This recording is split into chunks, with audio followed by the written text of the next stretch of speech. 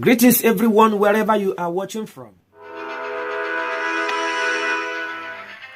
Bringing to you our news at 11. Please, everybody must disregard the rumor concerning agreement reached between Bobo and the Balablu that considered Balablu is fast aging and almost hitting the point that a man in his lifetime begins to behave like a child. But that is if Balablu hasn't arrived to that point already, according to undisclosed source. Please do not pay attention to every murmuring news attached to the race we engage to, because we want Nigeria to work again. The rumor carrier chose anonymous in place of his or her name because he or she doesn't feel secured in Nigeria. Nigerian military.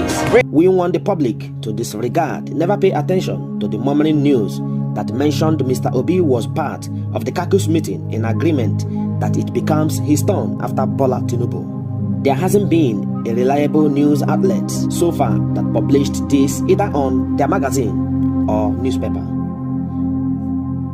Mr. Peter Gregory Obi would never admit the turn-sake thing in a meeting with anyone. He is a man who believes that your credibility and achievement must speak for you when you are campaigning.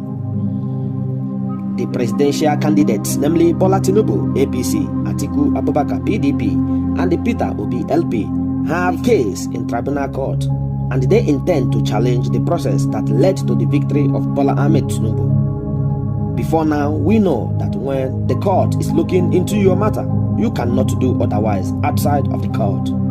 In this regard, please overlook and pay no attention to the murmuring news that Peter Obi and Atiku Abubakar have conceded to the request of Bola Tinubu to share powers following rotational agreement with the opposition parties. This means that Peter Obi's turn will come in 2031 and he will have turned 71 years old, and the Atiku Abubakar's turn will come in 2039 and he will have turned 84 years old. If this agreement ever took place, one must never rely on it, as such can only be one among many strategies employed to use it and to keep particularly Mr. Obi and the obedient movement off their common goal, and that is holding back Nigeria from sinking into the ground. The obedient group was made up by Nigerians who are not discriminating, and they came from every part of the country.